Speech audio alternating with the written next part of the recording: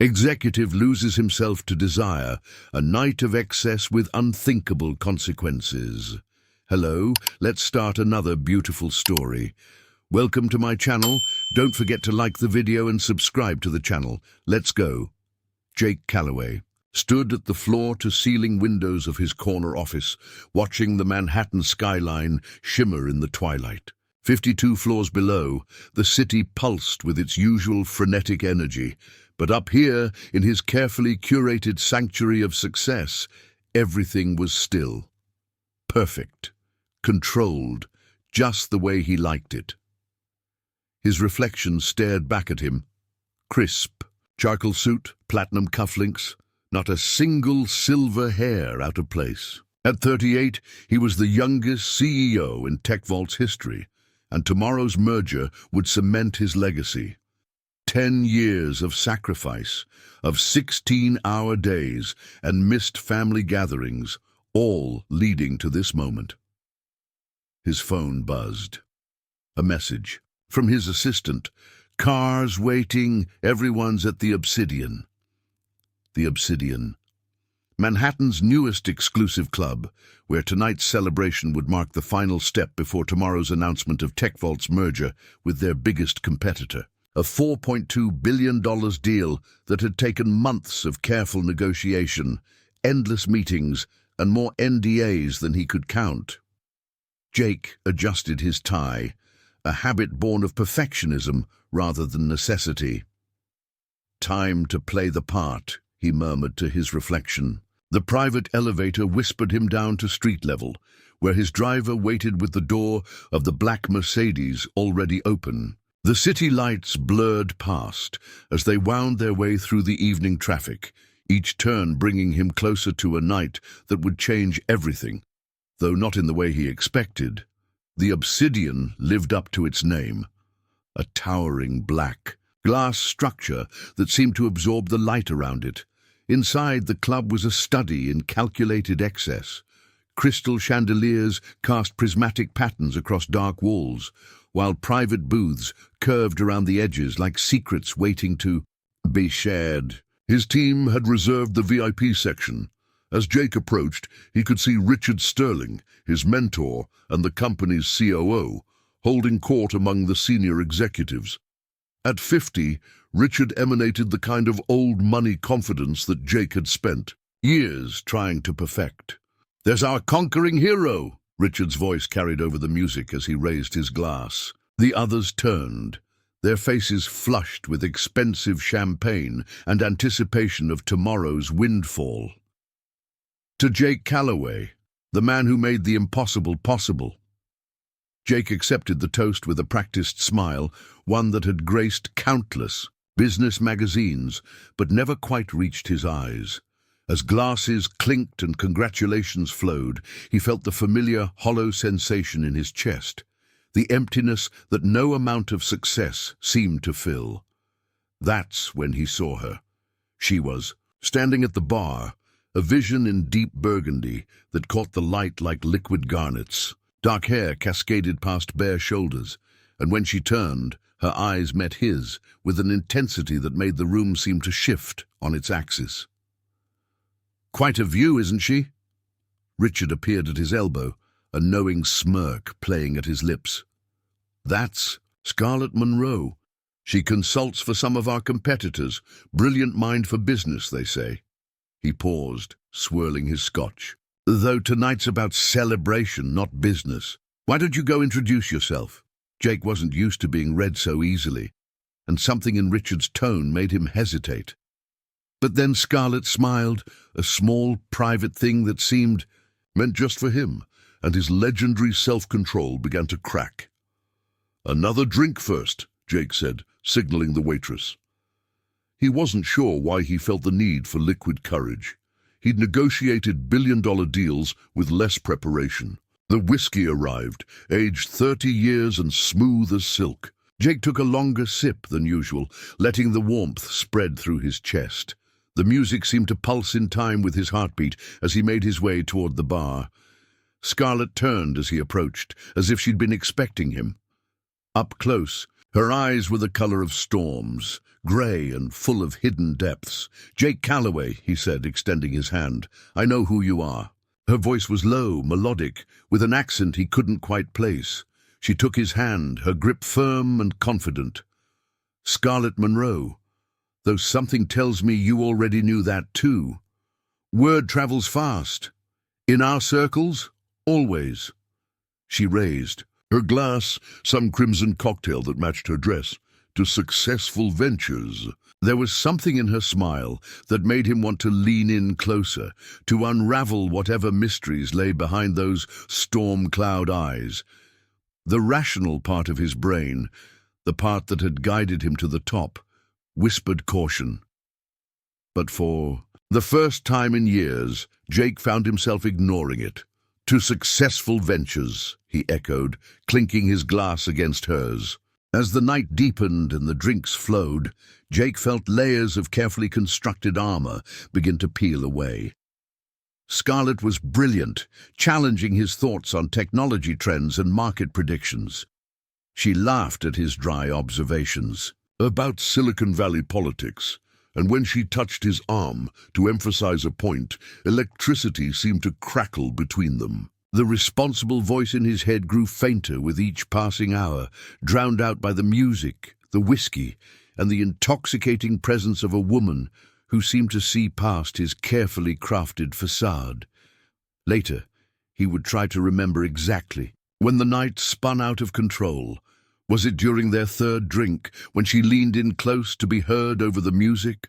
Or their fourth, when her hand found his under the table? All he knew was that by the time they stumbled into a waiting car, the city lights bleeding into streaks of gold and neon, he had completely forgotten about tomorrow's merger, about his reputation, about everything except the feel of her lips against his neck and the sound of her laugh in the darkness.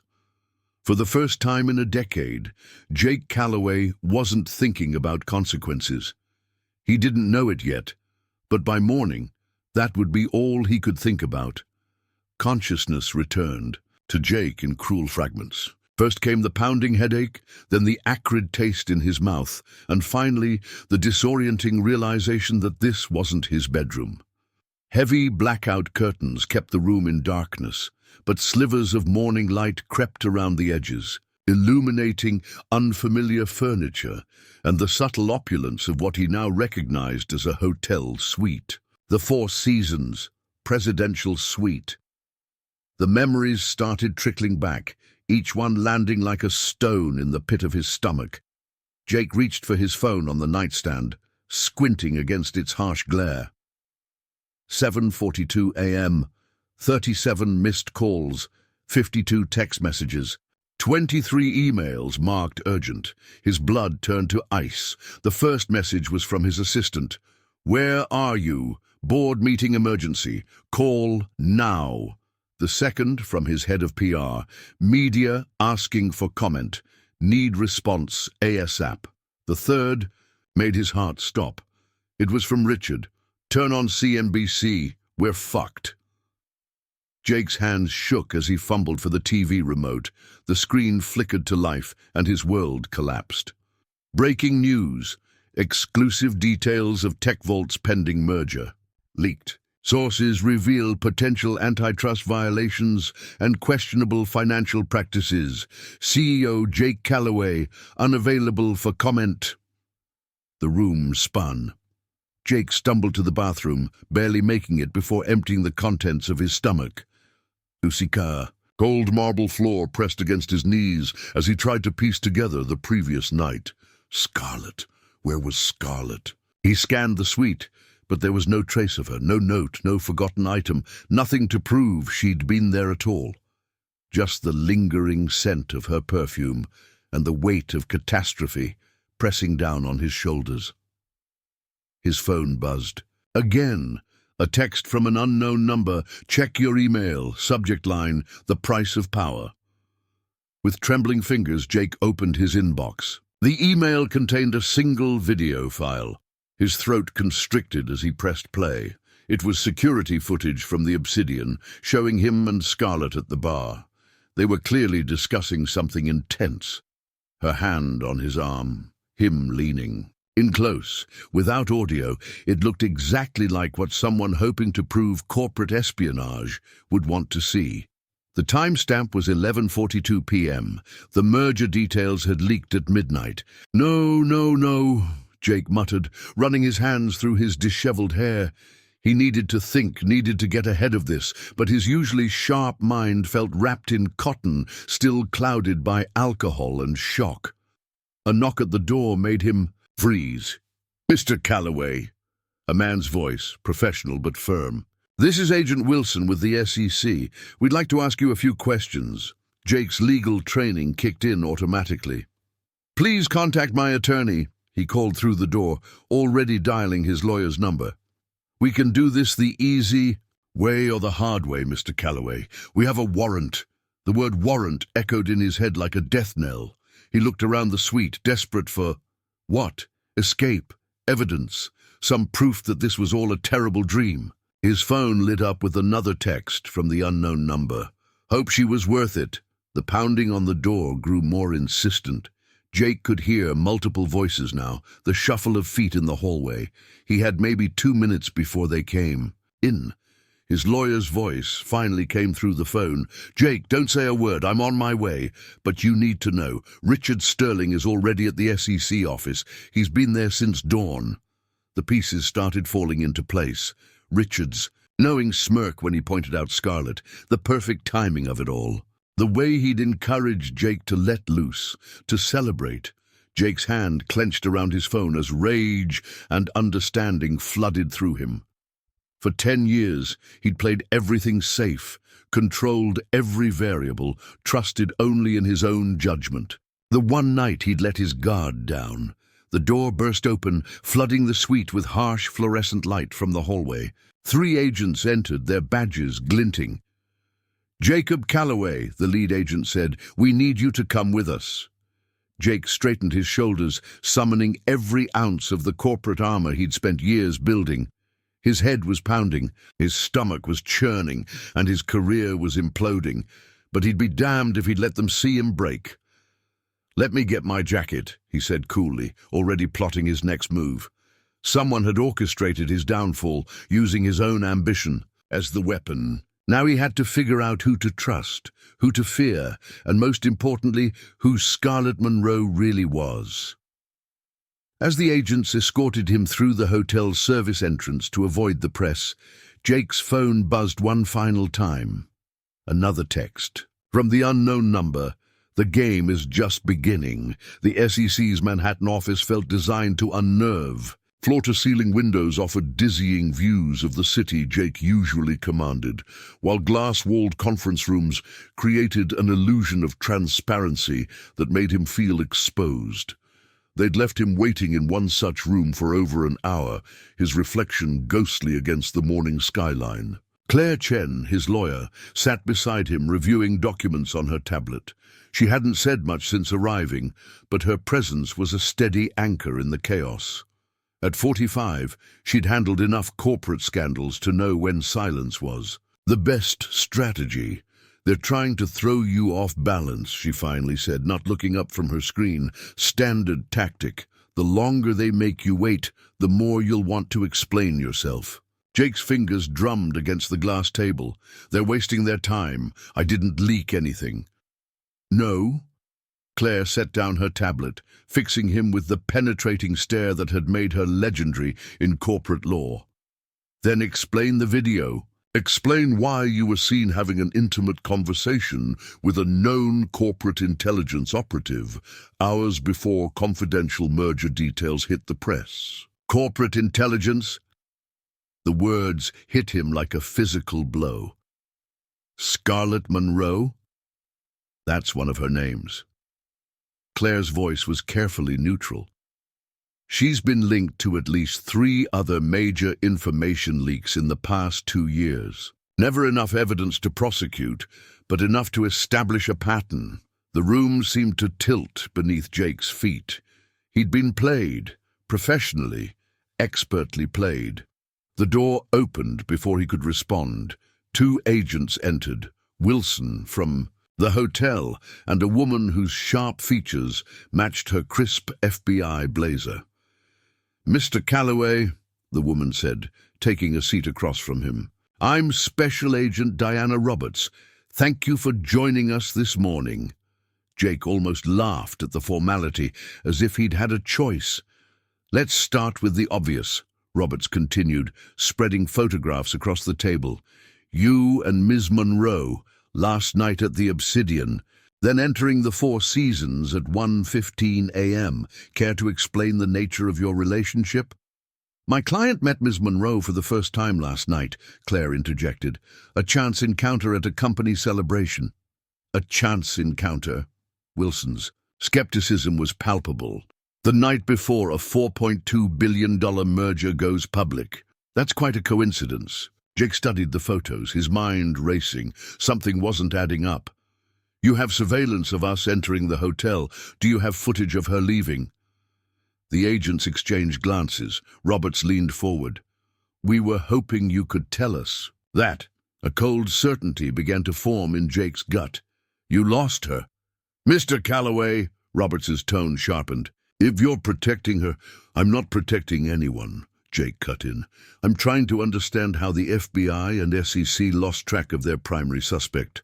Unless—" He sat back, the pieces clicking into place. "Unless she wasn't your target. At all." "I was." The silence that followed confirmed his suspicion. "The merger documents," he continued, his business mind finally engaging. "They weren't just leaked, they were curated. Someone chose specific details that would trigger an SEC investigation. This wasn't about corporate espionage.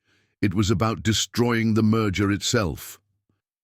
Claire's hand touched his arm, a warning to stop talking, but Jake was already seeing the bigger picture. "You don't need a warrant for my hotel room or my phone records," he said. "You need to look at who benefits if this merger fails. Who had access to those documents and the authority to release them strategically? And who would that be?" Wilson asked. Jake thought of Richard's early morning visit to the SEC, of his convenient introduction to Scarlett, of 10 years of mentorship that had kept Jake focused on climbing higher, never looking behind to see who might be gaining on him. "I have some ideas," he said carefully, "but I'll need to see exactly what information was leaked first." Roberts slid a file across the table. Jake opened it, scanning quickly. His expression must have changed because Roberts leaned forward. "Something catch your eye, Mr. Calloway."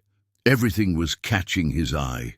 The leaked documents included details that weren't in the final merger agreement, earlier versions that had been scrapped months ago, versions that only 3 people had access to.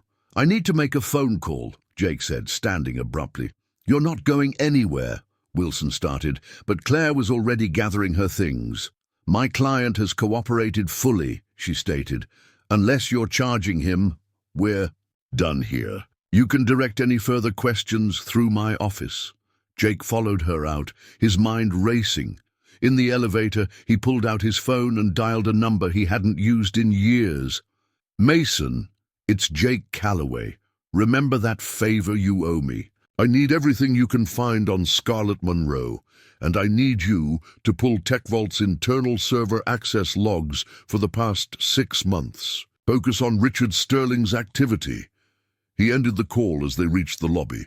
Claire turned to him, concern evident in her expression. "You're playing a dangerous game, Jake.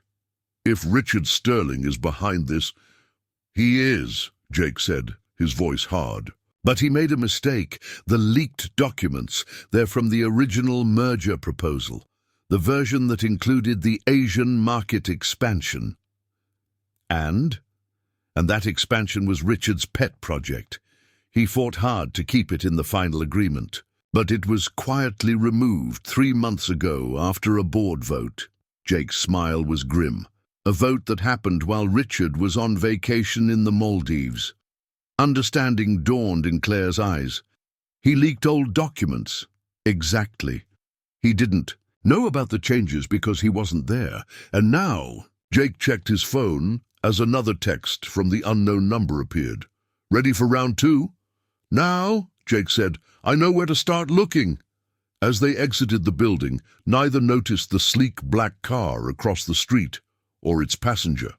A woman in dark sunglasses, watching intently as Jake climbed into his waiting vehicle. Scarlett Monroe allowed herself a small smile before signaling her driver to pull away. Everything was proceeding exactly as planned. Tech Vault's offices felt different now. As Jake stepped out of the elevator onto the executive floor, he noticed things he'd overlooked for years. The security camera's subtle tracking movements, the way his footsteps echoed off marble floors that suddenly seemed more prison than palace. The careful way his employees avoided eye contact. News traveled fast in Manhattan's corporate world. By noon, everyone knew about the SEC investigation. "Mr. Calloway." His assistant Lisa rose from her desk, anxiety evident in her usually composed demeanor. "The board's been calling all morning. They've called an emergency meeting for 3 o'clock. "Push it to tomorrow," Jake said, striding past her into his office. "Tell them I'm cooperating with federal investigators and will address their concerns then." "Sir," Lisa followed him in, lowering her voice. "Mr. Sterling already confirmed the meeting. He's acting as interim chairman until the investigation concludes." Jake froze in the act of removing his jacket. "Since when?" "The announcement went out an hour ago.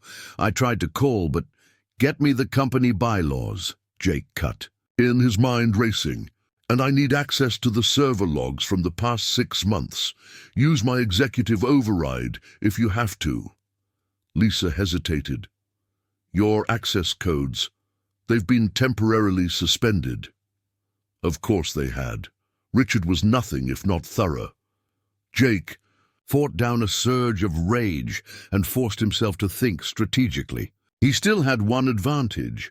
Richard didn't know about Jake's discovery of the outdated merger documents. "Lisa," Jake said carefully, "how long have you worked for Tech Vault?" "7 years, sir." "And in that time, have you ever seen Richard? Sterling access merger documents directly, or does he usually have someone pull them for him?" Understanding flickered in Lisa's eyes. "He always has his assistant handle documentation. Says he prefers paper copies." His assistant, Jake allowed himself a small smile. "Amanda Pierce. She's been with him, 12 years? 13, Lisa corrected. "Since before you joined the company." Jake nodded slowly. Amanda Pierce.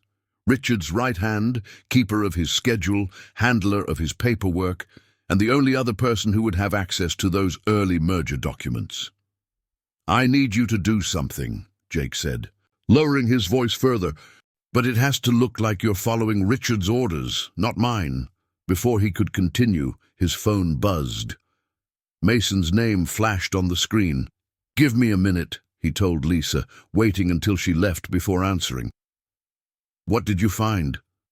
"You're not going to like it," Mason's gravelly voice came through. "Scarlett Monroe? She doesn't exist, at least not before 18 months ago. Before that, she operated under different names, always the same M.O. Get close to high-level psi. Executives gather intel, disappear. But here's the weird part. She never sells the information she collects." Jake frowned. "Then what's her angle?" "That's the million-dollar question. But I found something else. 2 months ago, she met with Richard Sterling at a private club in Boston. I'm sending you the security footage now." Jake's phone dinged with an incoming file. The video was grainy, but clear enough. Richard and Scarlett, sitting close in a dimly lit corner, obviously familiar with each other. As Jake watched, Richard handed her something, a small flash drive. "Son of a bitch," Jake muttered. "He planned this whole thing." "There's more," Mason continued. "I pulled those server logs you wanted. Someone accessed the original merger documents at 3 a.m. last week, using Amanda Pierce's credentials. But here's the kicker. Amanda was in the hospital that night. Emergency appendectomy. Jake's mind raced, connecting dots. Richard must have used Amanda's login to access the old documents, not realizing they'd been updated. He'd given them to Scarlett, probably with instructions on when to leak them. But why? The merger would have made Richard even richer than he already was. Unless... Jake pulled up TechVolt's stock holdings on his phone. There it was. Richard had been quietly selling off shares over the past month, while simultaneously taking massive short positions through a series of shell companies. He was betting on the merger to fail. A knock at his door interrupted his thoughts. Lisa stood there, her face pale. "Mr. Sterling's here. He wants to see you." Perfect timing. Jake slipped his phone into his pocket, making sure the recording app was running. "Send him in." Richard Sterling entered like he owned the place, which Jake realized he probably soon would if this plan succeeded. His mentor's silver hair was perfectly styled, his Italian suit immaculate. Only the slight tightness around his eyes betrayed any tension. "Jake," Richard's voice was warm with practiced concern, "I've been trying to reach you all morning. Quite a mess we're in." "We?" Jake kept his tone neutral, watching Richard settle into one of the leather chairs across from his desk. "The board's worried, naturally. This leak, the SEC investigation, it doesn't look good. They're concerned about stability.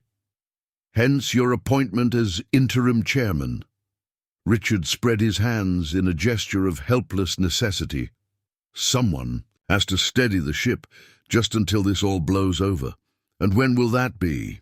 Jake leaned forward. "When the merger fails, when the stock price crashes, when you've squeezed every dollar out of your short positions."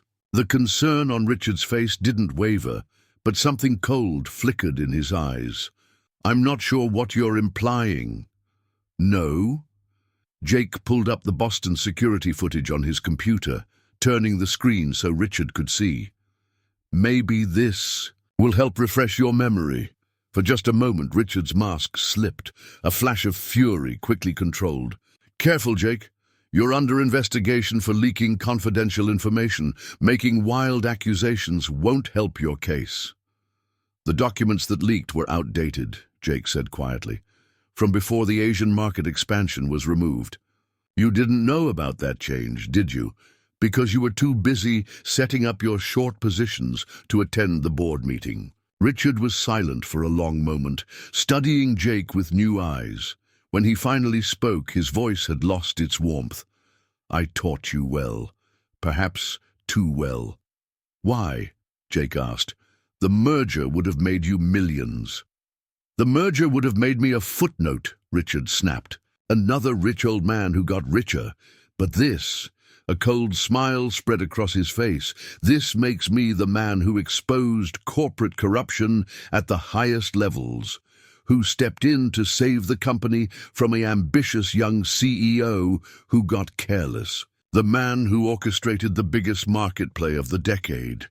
Using a woman to do your dirty work," Jake said with disgust. "Setting me up to take the fall." Richard stood, straightening his jacket. "Scarlett played her part perfectly, didn't she? Though I must admit you made it almost too easy. All that discipline, all that control, and you throw it away for a pretty face and a few drinks." Jake's hands clenched under his desk, but he kept his voice steady. "You really think you've won?"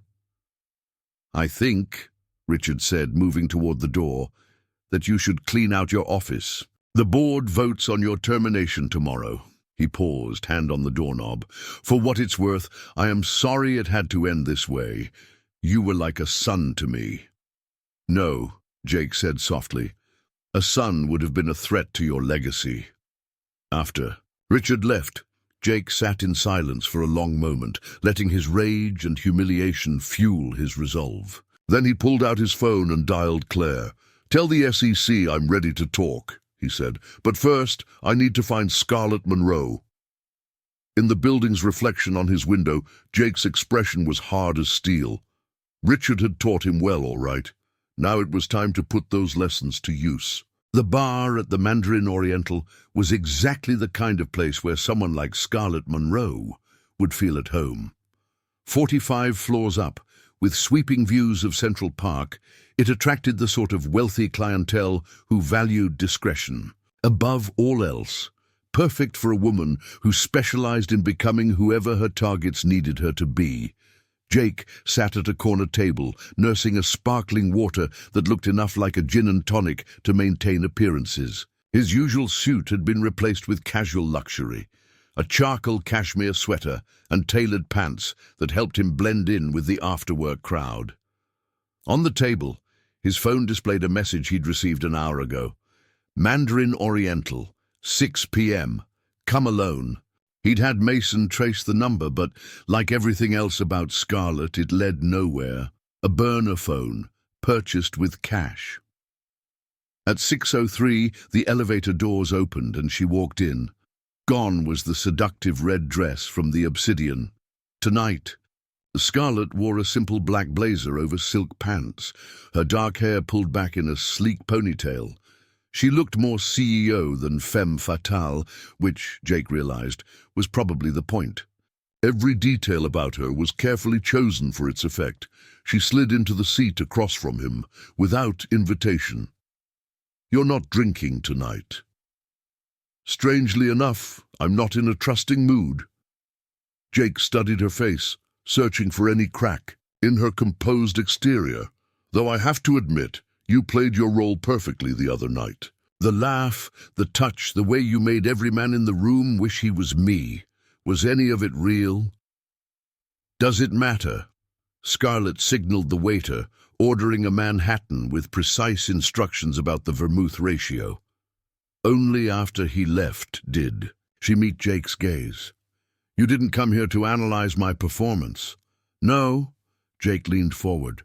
"I came to understand why a woman smart enough to con her way into the highest levels of corporate America is willing to be Richard Sterling's puppet." Something flickered in her eyes. Anger, pain. It was gone too quickly to read. "You think you know what this is about," she said softly. "You don't. Then enlighten me." Jake pulled out his phone, bringing up the Boston security footage. "Explain this meeting with Richard. Explain why you're helping him destroy my company." "Your company?" Scarlett laughed, but there was no warmth in it. That's exactly the kind of arrogance Richard was counting on. You never stop to ask yourself why a man like him would spend 10 years grooming you for power, only to tear it all down. The waiter returned with her drink. Scarlett took a careful sip, studying Jake over the rim of her glass. "Did you know," she continued, "that Richard Sterling started his career as a junior analyst at Morgan Stanley? He was brilliant, ambitious, everything they wanted, until he discovered irregularities in some of the firm's major accounts. Instead of staying quiet, he reported it. They buried the evidence and fired him. It took him 15 years to rebuild." "His career?" Jake frowned. "What does that have to do with everything?" Scarlett set down her glass. "Because history has a way of repeating itself. 3 years ago, I was a rising star at Goldman Sachs when I uncovered similar irregularities. But I was smarter than Richard had been. I gathered evidence, built a case, and when they tried to silence me—" Her smile turned sharp. "I made sure they regretted it." Understanding began to dawn. "You're not working for Richard. You're working with him." Getting warmer.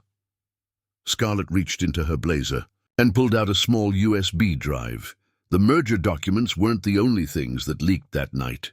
Buried in the data dump was evidence of systematic fraud at Tech Vault. Fraud that goes back years before you became CEO. Jake's mind raced. The Asian market expansion. It wasn't just removed from the merger because of the board vote. It was removed because someone realized an expansion would trigger too much regulatory scrutiny. Scarlett pushed the drive across the table. "Richard didn't orchestrate this plan to destroy you, Jake. He did it to expose corruption that reaches into every major financial institution in Manhattan. Your downfall was just collateral damage." Jake stared at the drive, his world shifting once again. "Why are you telling me this?" Because Richard made a mistake. Scarlett leaned forward, her voice dropping. He thought making you the scapegoat would contain the damage, but he underestimated you. And me. I've spent the last 3 years building cases against men like him, men who think they can use people as pawns in their games. And now? Now you have a choice. Scarlett stood, smoothing her blazer. That drive contains everything. The real fraud at Tech Vault, Richards. Involvement, the names of everyone who helped cover it up. In 48 hours, it all goes public. Whether you're remembered as the villain or the whistleblower who helped expose it, that's up to you. She turned to leave, then paused. For what it's worth, not everything that night was an act. Jake watched her walk away, his mind already formulating plans. He picked up the drive, weighing his options. His phone buzzed, a text from Claire. SEC wants to meet again. Tomorrow morning. Tell me you have something. Jake smiled grimly, pocketing the drive. Oh, I have something all right. As he stood to leave, he caught his reflection in the window. The city lights sparkled below, the same view he'd commanded from his office just days ago. But now he saw it differently. Not as a kingdom to rule, but as a web of lies waiting to be unraveled. Richard had taught him well, indeed. Time to put one final lesson into practice, how to turn a defeat into an opportunity. Jake pulled out his phone and dialed Claire's number. Get me a meeting with the SEC commissioner himself, not the investigators, the commissioner. And Claire? Tell him I'm ready to talk about everything. In the elevator mirror, Jake straightened his sweater, his expression set with determination. The game wasn't over, it was just becoming interesting. The SEC Commissioner's office in Washington, D.C. was a study in federal austerity, all dark. Wood and heavy furniture designed to remind visitors of the weight of government authority. Commissioner Howard Bennett, a man whose silver hair and Brooks Brothers suit screamed old guard establishment, sat behind a massive mahogany desk, examining the contents of Scarlett's USB drive on a secure computer. Jake watched the man's expression change as he scrolled through document after document. Beside him, Claire Chen remained perfectly still, but he could sense her tension. They were betting everything on this meeting. This is... Bennett removed his reading glasses, pinching the bridge of his nose. This is far more extensive than we initially believed. It goes beyond Tech Vault, Jake said quietly. Beyond the merger. What you're looking at is evidence of systematic fraud across multiple financial institutions. And you expect me to believe you knew nothing about this during your tenure as CEO? Jake met the commissioner's gaze steadily. I expect you to follow the evidence. The fraud predates my appointment by years. More importantly, it continues through a network of shell companies and offshore accounts that all trace back to one person. Richard Sterling. Bennett leaned back in his chair. The same man who came to us, claiming you were the one who leaked the merger documents. A classic misdirection play, Claire interjected. While everyone focused on the merger leak and Mr. Calloway's alleged involvement, the real story was buried in the data, a decade-long pattern of financial manipulation that makes the merger issues look like a parking ticket. Bennett's computer chimed. An email notification popped up. Urgent Tech Vault board meeting results. Jake knew what it said without reading it. By now the board had voted to remove him as CEO. They're making their move, Jake said. Sterling will be appointed interim CEO within the hour. Once that happens, he'll have the authority to bury everything unless we act first. What exactly are you proposing, Mr. Calloway? Jake pulled out his own laptop, opening a series of documents he'd prepared overnight. A coordinated operation. The SEC announces a broader investigation into Tech Vault, not focused on the merger, but on long-term financial irregularities. Simultaneously, I give an exclusive interview revealing what I've discovered since the initial leak. You want to go public? Bennett frowned. That could compromise our investigation. It could also prevent Sterling from destroying evidence, Claire countered. Once the story breaks, others will come forward. We already have one, the woman who provided. This drive, Scarlett Monroe. Bennett's tone was skeptical. A known corporate intelligence operative. A whistleblower, Jake corrected, who's been gathering evidence against corrupt executives for years. She's willing to testify. Bennett stood, walking to his window. The Capitol dome rose in the distance, gleaming white against the morning sky. Do you understand what you're asking? This investigation would implicate some of the most powerful people in American finance. I understand exactly what I'm asking. Jake's voice hardened. For 10 years, I thought I was building something meaningful. Instead, I was just a face for their fraud. The young, brilliant CEO who gave them legitimacy while they robbed shareholders blind. And now you want redemption. I want justice. Jake opened another file on his laptop, a series of emails he discovered buried in TechVault servers. These messages show Sterling discussing the Asian market expansion with banking executives in Shanghai. They're not just cooking the books, they're using technology companies like TechVault to hide international money laundering operations. That got Bennett's attention. He returned to his desk, reaching for his phone. Give me a minute. While the commissioner made his call, Jake's phone buzzed with a text from Mason. Sterling's calling an all-hands meeting at TechVault. 3 p.m. today. Claire noticed his expression change. What is it? Richard's not waiting, Jake murmured. He's going to announce the leadership change to the whole company, make himself look like the hero who saved TechVault from disaster. Unless we move first. Claire's eyes gleamed with strategic fire. How fast can you get back to New York? Bennett ended his call, his decision evident in his posture. I've spoken with the Deputy Attorney General. We're prepared to announce a formal investigation, not just into TechVault, but into the entire network you've uncovered. He fixed Jake with a stern look. But we do this our way. Controlled release of information. Coordinated timing. Jake nodded, already calculating. The all-hands meeting. That's our moment. Sterling will have the entire company gathered to witness his triumph. You want to crash your own execution? Claire asked. No. Jake smiled, but it wasn't the smile of the controlled CEO they'd known before.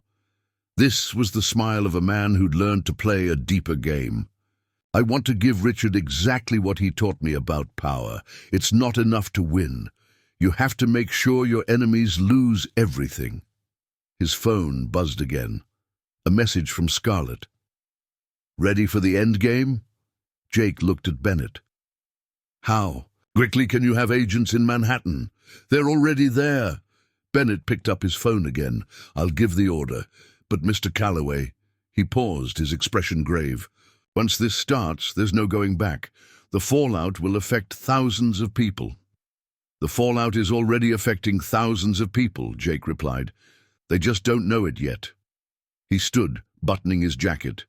In the windows of the commissioner's office, his reflection showed a different man than the one who'd walked into the Obsidian just days ago. That man had been concerned with appearances, with control, with climbing higher. This man had learned that real power came from being willing to tear it all down. Claire, get the car, he said. We have a meeting to attend. The TechVault auditorium buzzed with nervous energy as employees filed in for the emergency all-hands meeting. From his position in the building's security center, watching through the surveillance feeds, Jake could feel the tension even through the screens. 3,000 people, from senior executives to junior developers, all wondering about their company's future. Security teams are in position. Mason's voice came through his earpiece. SEC agents are staged in the lobby and service entrances. No sign that Sterling suspects anything. Jake checked his watch. 2:55 p.m. In the auditorium feed, he watched Richard Sterling take the stage, the perfect picture of corporate leadership in crisis. The murmur of conversation died down as Richard approached the podium. "Your move, Richard," Jake muttered. Make it count. Lisa appeared at his side, tablet in hand. Everyone's in place, but there's something else you should see. She pulled up an email chain. Amanda Pierce has been busy this morning. Multiple messages to offshore accounts, all tagged as urgent. They're trying to move the money. Jake smiled grimly. Good. Let them panic. His phone vibrated. A text from Scarlett. Ready when you are. Don't forget your promise. That promise had been made just hours ago, in a rushed meeting at a private airstrip outside D.C. Scarlett had agreed to testify, to provide all her evidence on one condition, that the other whistleblowers she'd been protecting would be granted immunity. Some were junior employees who'd stumbled upon the fraud. Others were executives with attacks of conscience. All of them had trusted her to keep their secrets until the right moment. Mr. Calloway, Agent Roberts appeared in the doorway. It's in time. Jake straightened his tie, a gesture that felt both familiar and strange. How many times had he done this before stepping into the spotlight? But this time was different. This time, he wasn't trying to project control. He was preparing for war. In the auditorium, Richard's voice filled the space. As many of you know, Tech Vault has faced unprecedented challenges this week. The leak of confidential information, the SEC investigation, the questions about leadership. Jake moved through the back corridors, flanked by federal agents. He could hear Richard's speech through the walls, growing clearer as they approached. Which is why the board has taken decisive action. Effective immediately, I will be assuming the role of Chief Executive Officer. Applause, scattered, uncertain. Through his earpiece, Jake heard Mason's update. Amanda Pierce is making a move. She's heading for the executive elevator with a laptop and 2 hard drives. Let her go, Jake instructed. The FBI has her covered. He paused outside the auditorium's rear entrance, listening as Richard continued. I know many of you trusted Jake Calloway. I did too. But success can breed arrogance, and arrogance can lead to devastating mistakes. Lisa touched Jake's arm. Sir, there's something else. We found irregularities in the company's charitable foundation, millions diverted through a network of shell companies. Richard's exit strategy, Jake realized. He's been planning this for years. The foundation was his backup plan if everything else failed. He checked his watch again. 3:07 p.m. Time to end this. Inside, Richard was building to his crescendo, which is why I pledged to restore integrity to Tech Vault, to rebuild the trust that has been... The auditorium doors swung open. Jake walked down the center aisle, federal agents spreading out along the walls. The crowd's reaction rippled through the room. Gasps, whispers, the rustle of thousands of people shifting in their seats. Richard faltered for just a moment, before recovering with a practiced smile. Jake, this is a private company meeting. I'm afraid you're no longer authorized to... Actually, Jake's voice carried clearly through the space. I think you'll find I am. Especially since the SEC has some questions about the Tech Vault Charitable Foundation. The color drained from Richard's face. Jake continued walking, his footsteps echoing. It's interesting, isn't it? How a foundation meant to support STEM education somehow ended up moving millions through accounts in the Cayman Islands. Accounts that trace back to you. These are baseless accusations, Richard snapped, but his eyes darted to the federal agents now blocking the exits. Jake reached the stage, turning to face the crowd. 10 years ago, Richard Sterling taught me that power isn't just about making the right moves. It's about making sure your opponent can't see them coming. He pulled out his phone, connecting it to the auditorium's display system. Let me show you what real power looks like. The screens lit up with transaction records, emails, offshore account details. The full scope of Richard's fraud displayed, for all to see. You taught me well, Richard, Jake said quietly, but you forgot one thing. The student can always surpass the teacher. Richard lunged for him, all pretense of control forgotten. But before he could reach Jake, federal agents were on stage, reading him his rights as they secured his hands behind his back. The auditorium erupted in chaos. As Richard was led away, Jake stepped to the podium. His voice cut through the noise. "Tech Vault employees, what you're about to learn will shake this company to its core. But I make you this promise. The truth, all of it, ends today." His phone buzzed one final time. A message from Scarlett. "Check the news." On the screens behind him, breaking news banners began to flash. The story was spreading. Massive fraud uncovered, multiple financial institutions implicated, federal investigations launched. And, at the center of it all, Tech Vault, not just as a victim, but as ground zero for the biggest financial scandal of the decade. Jake gripped the podium, steadying himself. In the back of the auditorium, he caught a glimpse of Scarlett slipping out a side door, her work done. Now came the hard part, rebuilding from the ashes of Richard's betrayal. But first, he had a story to tell. The full story, not just of his fall from grace, but of his rise to something more important than power. The truth. The hours following. Richard's arrest passed in a blur of federal agents, reporters, and shell-shocked employees. By midnight, Jake found himself alone in his office, staring at the city lights that had once seemed to symbolize his power. Now they just reminded him of how easily brightness could blind you to what lurked in the shadows. His phone hadn't stopped, ringing since the story broke. Major news networks, shareholders, board members, everyone wanted answers. But the call he was waiting for finally came at 12:17 a.m. "Turn on CNBC," Scarlett said without preamble. Jake reached for the remote. Richard's face filled the screen, not the triumphant image from the all-hands meeting, but a police photograph. The ticker below read, "Breaking, former Tech Vault COO Richard Sterling, linked to global financial fraud network." "It's happening faster than we expected," Scarlett continued. 3 other executives at major banks have already resigned. The dominoes are falling. And the whistleblowers. Safe. The SEC is honoring our deal. Full immunity in exchange for testimony. She paused. "But that's not why I called." Jake muted the TV. "What's wrong?" "Amanda Pierce. The FBI arrested her trying to board a private plane to Dubai, but the laptop she was carrying, it's encrypted. Military-grade protection."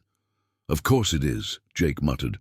"That's where Richard kept his insurance policy. Dirt on everyone who ever worked with him, everyone he ever compromised. They're working on cracking it, but it could take days. And in the meantime, there are a lot of powerful people wondering what secrets that laptop holds," Jake finished. "How many death threats have you received so far?" 3. You? 5. But it's early yet. Jake moved to his windows, scanning the dark shapes of surrounding buildings. "Where are you?" "Somewhere safe. Don't worry about me." Her voice softened slightly. "But you should worry about yourself. You're the public face of this now. Every newspaper in the country is calling you either a hero or a fool. They can call me whatever they want." Jake watched a black SUV pull up outside the building. More federal agents, probably. The real problem is the company. 3,000 employees wondering if they'll have jobs tomorrow. Shareholders panicking. Partners trying to distance themselves. The board's meeting in the morning. Emergency session, 7 a.m. Jake smiled grimly. "They have to decide whether to thank me for exposing the fraud or fire me for damaging the company's reputation. Which do you think it'll be?" Before Jake could answer, his office door opened. Lisa entered, looking exhausted but determined. "Sir, I have the preliminary damage reports you asked for." "I have to go," Jake told Scarlett. "Stay safe." "You too, Jake." She hesitated. "For what it's worth, you did the right thing." After hanging up, Jake turned to Lisa. "How bad?" The stock's down 40% in after-hours trading.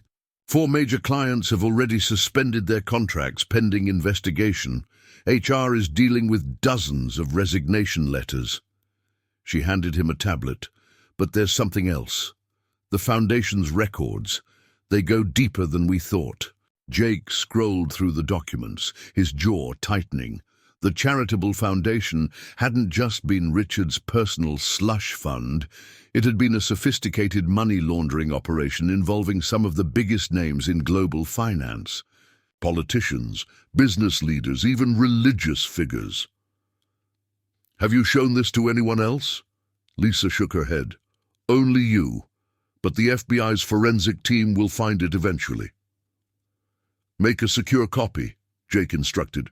"We may need it." A knock at the door interrupted them. Claire Chen entered, looking more disheveled than Jake had ever seen her. "The board moved up the meeting," she announced. "They're convening in 30 minutes. At midnight. Why? Because 6 board members just resigned. The remaining ones are scared, angry, and looking for someone to blame." Claire's expression was grim.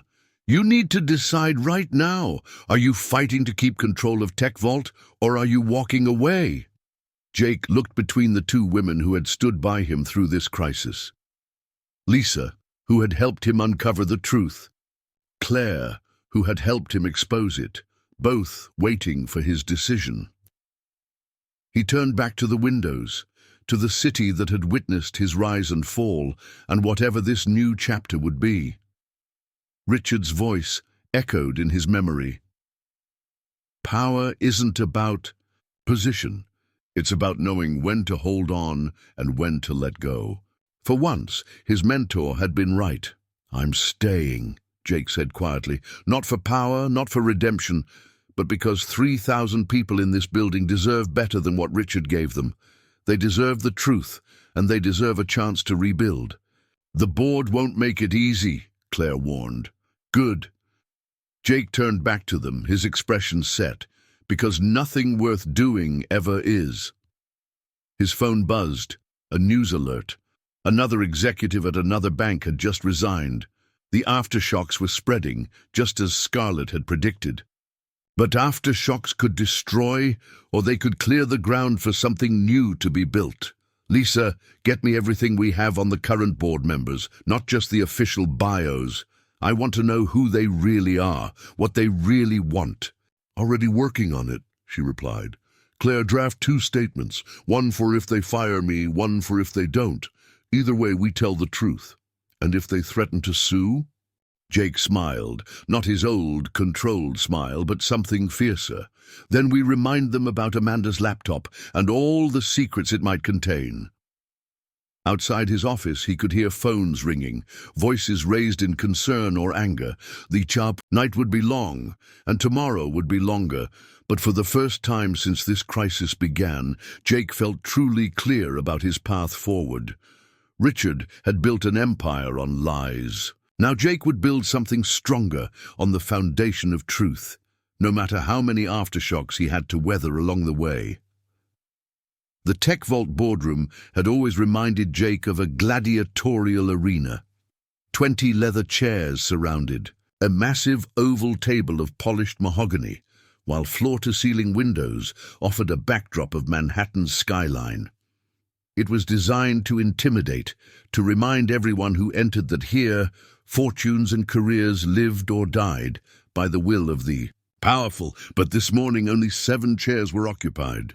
The other 13 board members had resigned in the night, fleeing the sinking ship, or perhaps running from what Amanda Pierce's laptop might reveal about them.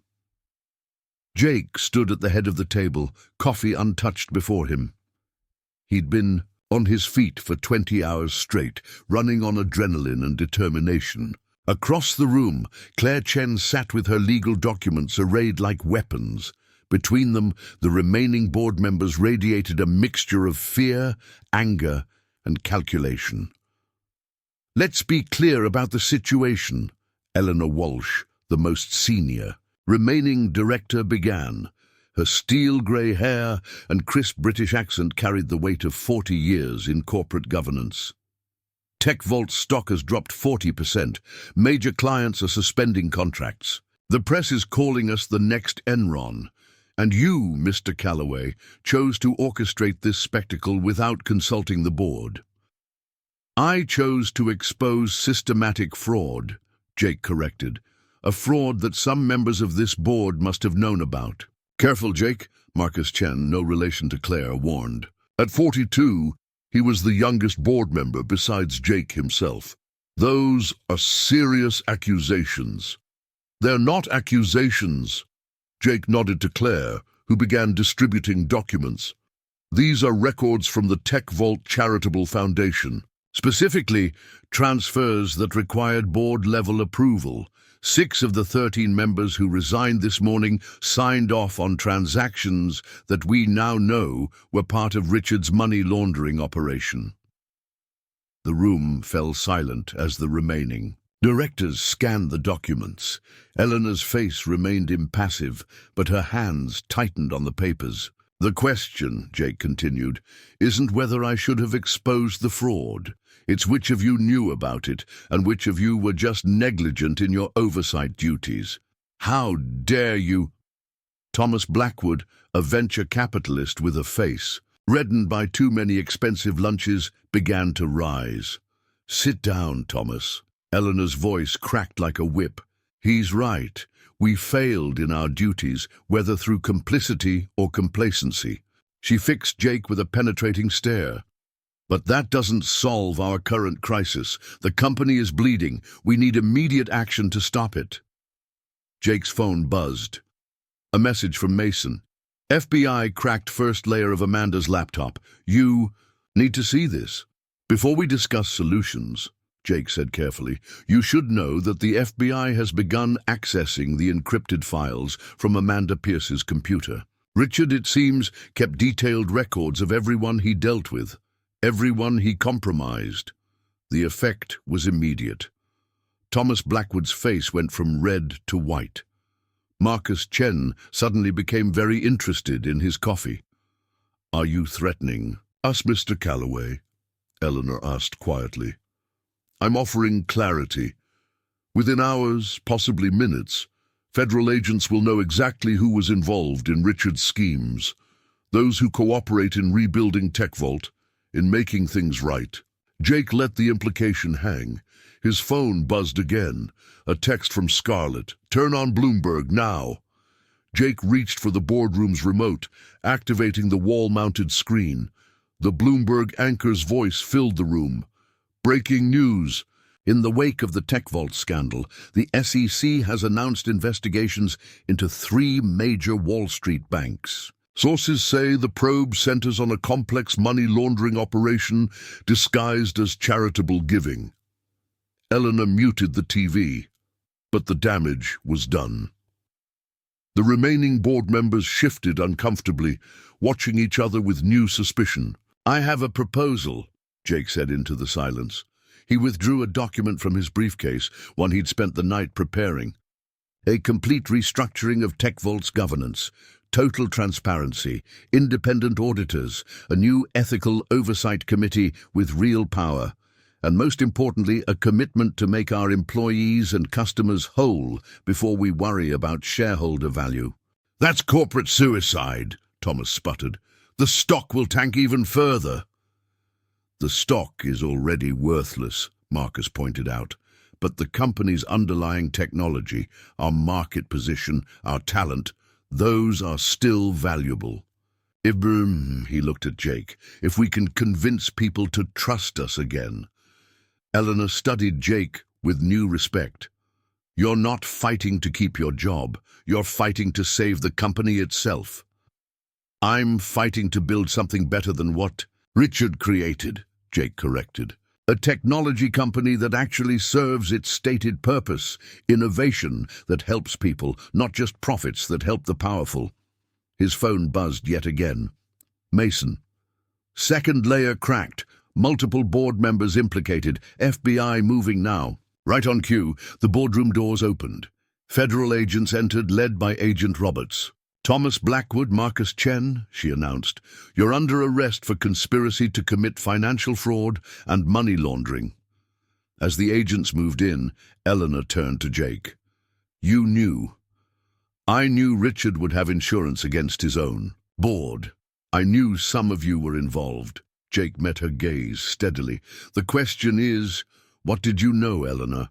She held his stare for a long moment before a small, sad smile crossed her face.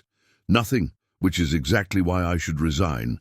My ignorance was as damaging as their complicity." As Blackwood and Chen were led away in handcuffs, the remaining board members looked to Jake with a mixture of fear and desperate hope. "We can run," Jake told them, "or we can stay and fix what's broken, but decide now. Because in about an hour, the next layer of Amanda's files will be decrypted, and there won't be any more chances to choose the right side of history."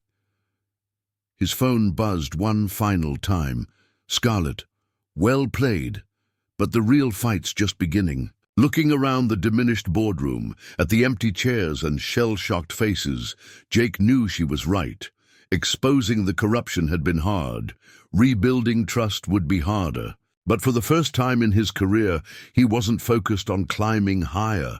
He was focused on building stronger foundations. "So," he addressed the remaining directors, "who's ready to get to work?"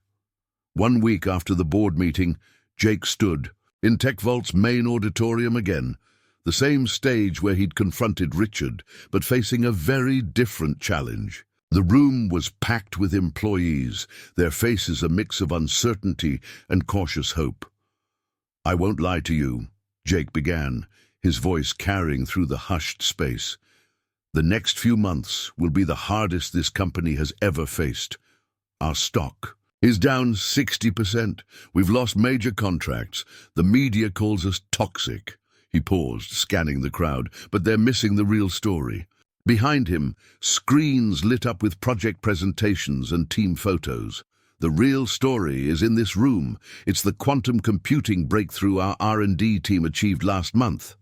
It's the machine learning model that's helping doctors detect cancer earlier. It's 3,000 brilliant people who came here to build technology that matters." His phone buzzed in his pocket. Probably another update about Amanda's laptop, which had become a constant source of new revelations. But this moment was more important.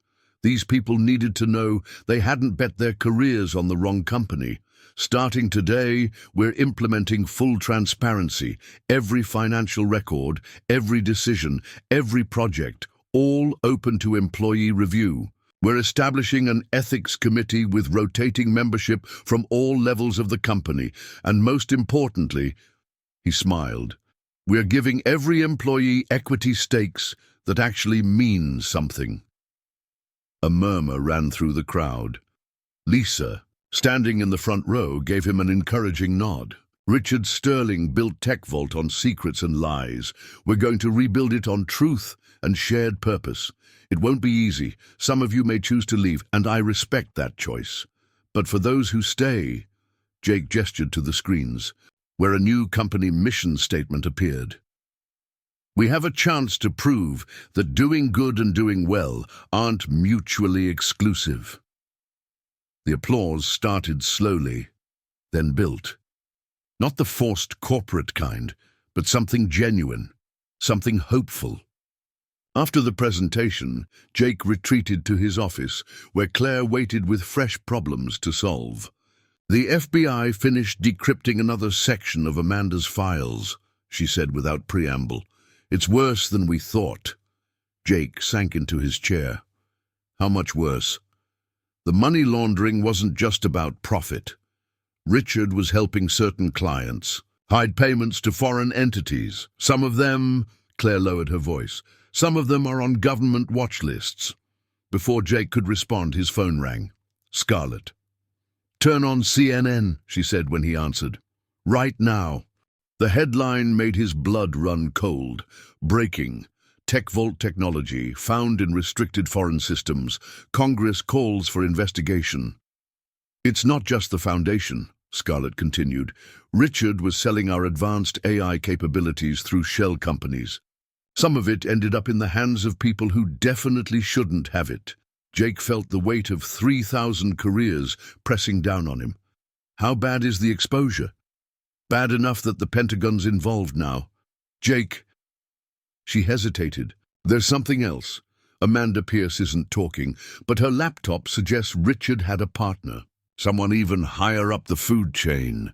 A knock at his door interrupted them. Lisa entered, her face pale. Sir, there's a call you need to take. It's the White House National Security Advisor. Jake closed his eyes briefly. When he opened them, his expression was resolved. Scarlett, I need everything you have on Richard's tech sales. Every destination, every buyer. Already compiling it. But Jake, be careful. The people involved in this, they don't play nice. After hanging up, Jake turned to Claire. Get me every record of our AI development for the past 5 years. Every test, every application, every line of code. What are you thinking? I'm thinking it's time to stop playing defense. Jake stood, moving to his window. The city stretched out below, but his focus was on the reflection of his office, specifically the small red light on his desk phone, indicating the White House was still holding. Richard wasn't just corrupting the company, he said quietly. He was compromising national security, and he had help, probably from someone who's panicking right now, wondering what else Amanda's laptop might reveal. You want to smoke them out, Claire realized. No, Jake turned back to his desk. I want to give them exactly what they fear most, the truth, all of it, exposed in a way they can't control or contain. Lisa spoke up from the doorway. The National Security Advisor is asking if you're available. Jake straightened his tie, not from habit this time, but from determination. Tell him I'll call him back in an hour.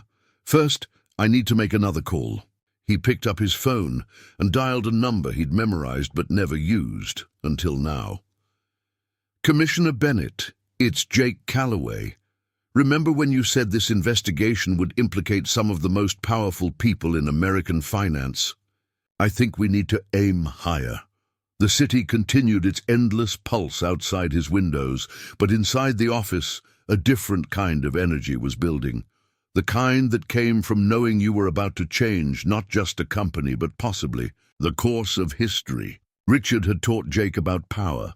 Now it was time to teach everyone else about accountability. The Situation Room in the West Wing wasn't on any public tour route.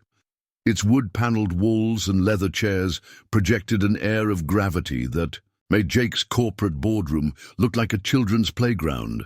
Around the table sat representatives from the NSA, CIA, Pentagon, and State Department, all watching him with expressions ranging from concern to barely concealed hostility.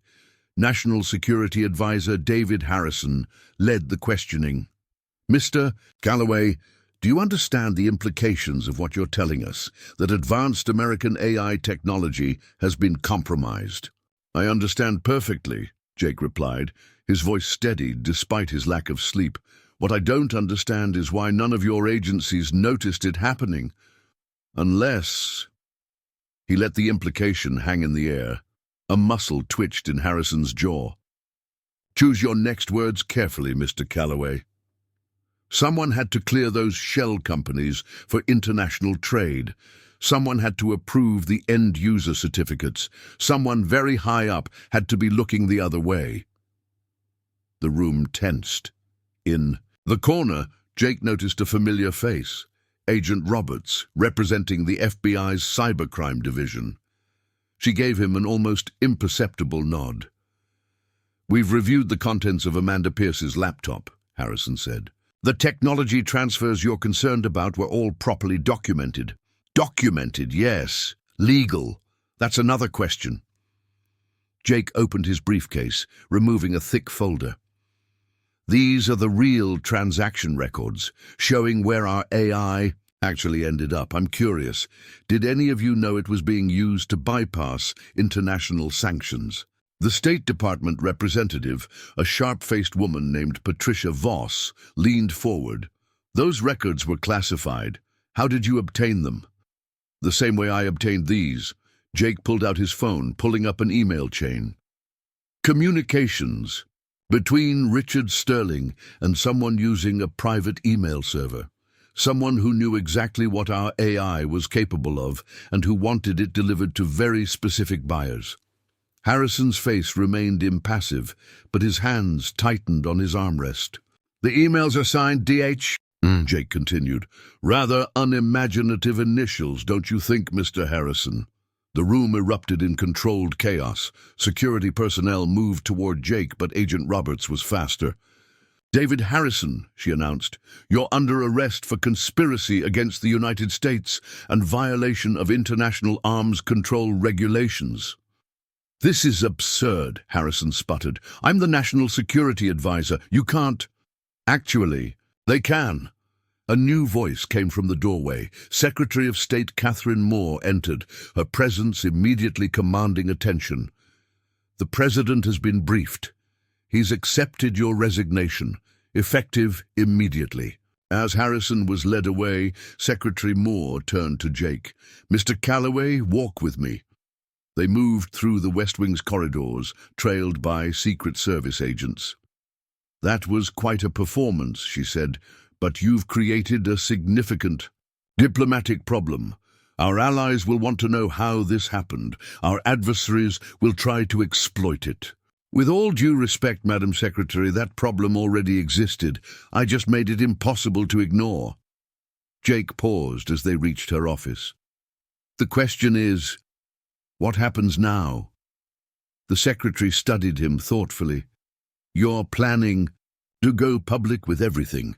TechVault's new policy is complete transparency. We can't rebuild trust by hiding uncomfortable truths, even if those truths could destabilize international relations, compromise ongoing operations." Jake met her gaze steadily.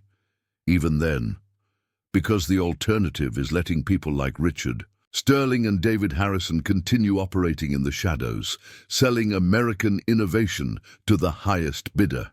His phone buzzed. "Scarlett. Richard's talking, says he'll name names in exchange for a deal." "Oh, it seems your former mentor is feeling cooperative," Secretary Moore noted, clearly having received the same update. "The question is, what names will he give us?" "All of them," Jake said confidently. "Richard's insurance policy wasn't just Amanda's laptop. He recorded everything, kept proof of every deal, every player involved. He knew this day might come." "And you?" The secretary's eyes were sharp. "What insurance do you have?" Jake smiled grimly.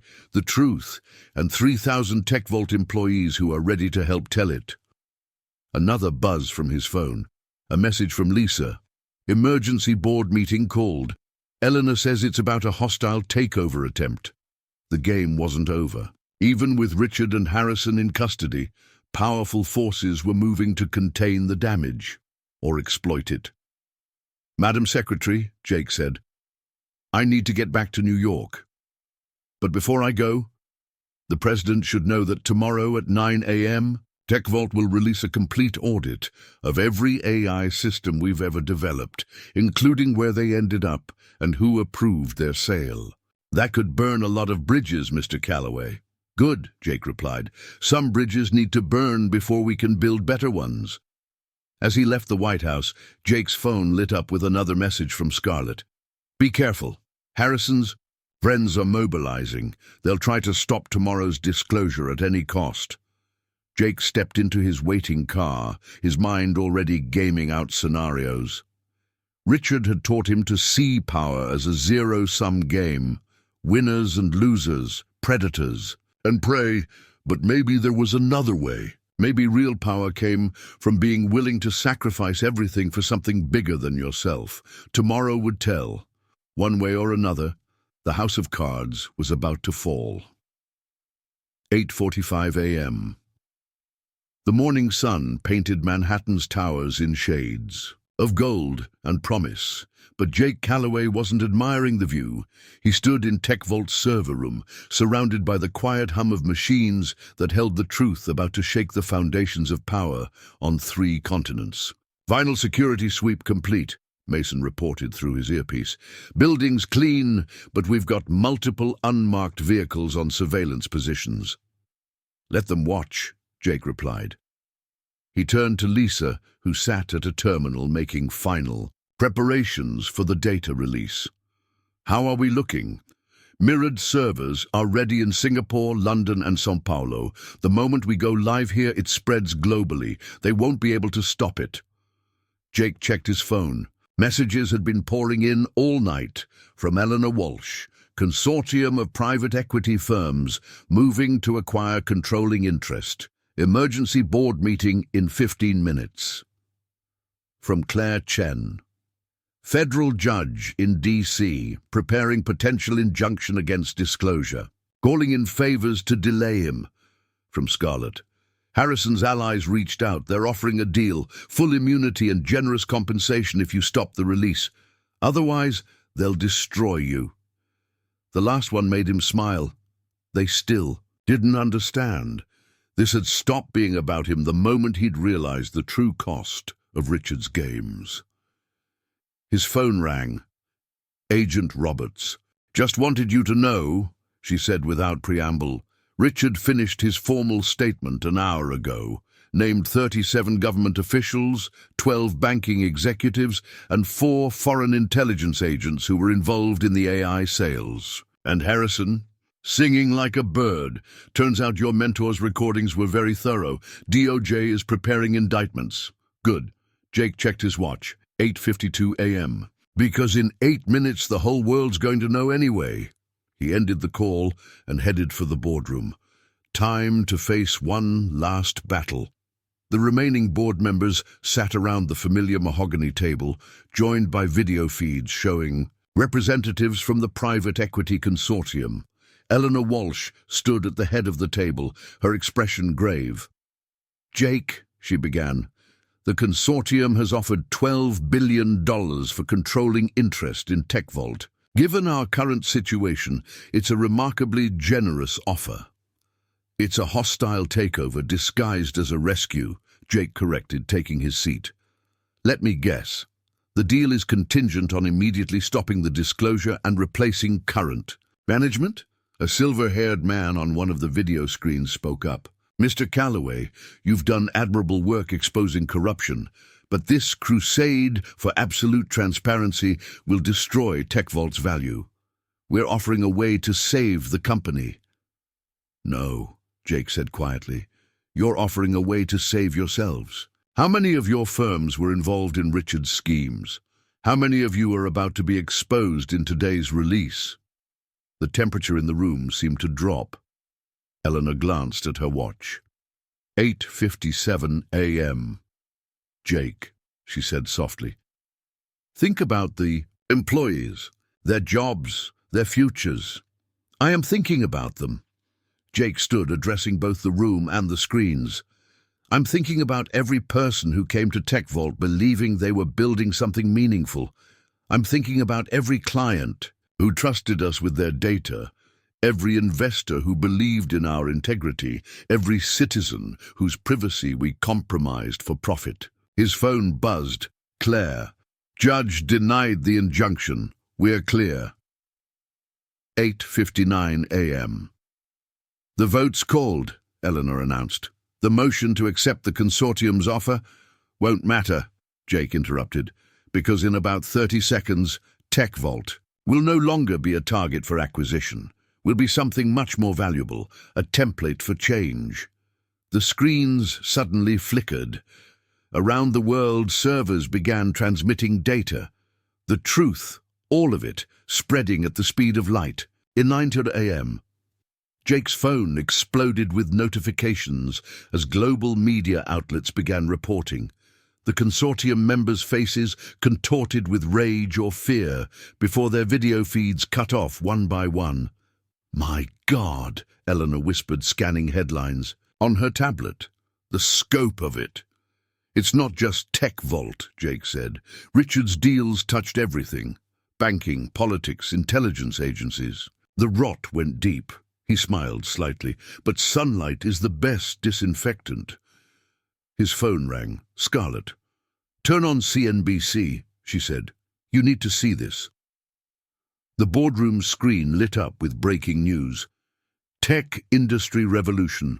Multiple Silicon Valley companies announce new transparency initiatives following Tech Vault disclosure. They're falling like dominoes, Scarlett said. Other companies rushing to clean house before they're exposed. You actually did it, Jake. You changed the game. Looking around the boardroom at the shell-shocked faces of people realizing the old world of corporate secrets was ending, Jake felt a weight lift from his shoulders. Richard had taught him that power meant controlling information. But real power, he'd learned, came from setting the truth free. His phone buzzed one final time, a message from an unknown number. "Well played, son. Some lessons you learned too well." Jake deleted the message without responding. Richard's lessons belonged to the past. The future would be built on different principles. "Eleanor," he said, turning to the board, "let's talk about what Tech Vault becomes next. Not just a technology company, but a model for corporate responsibility, complete transparency, ethical AI development, real accountability." "The stock will crash," someone warned. "Yes," Jake agreed. "And then it will rise again, built on a foundation of truth instead of lies." Who wants to help build that future? One by one, hands went up around the table, not from fear or coercion, but from recognition that the world had changed. The sun had risen on a new era, and Tech Vault would help light the way. Outside the boardroom windows, Manhattan's towers still reached for the sky, but now they seemed less like monuments to power and more like beacons of possibility. Jake thought of all the people in those buildings, employees, executives, investors. Who would wake up today to a changed world? A world where truth was no longer negotiable, where power served purpose, where one person's choice to do the right thing could spark a revolution. Richard had taught him how to climb to the top. Life had taught him something more valuable, how to lift others up along the way. Dawn had broken, and with it came the light of change, the end. That was a beautiful story, wasn't it? I hope you enjoyed it. Please like the video and subscribe to the channel. Your collaboration is very important to me.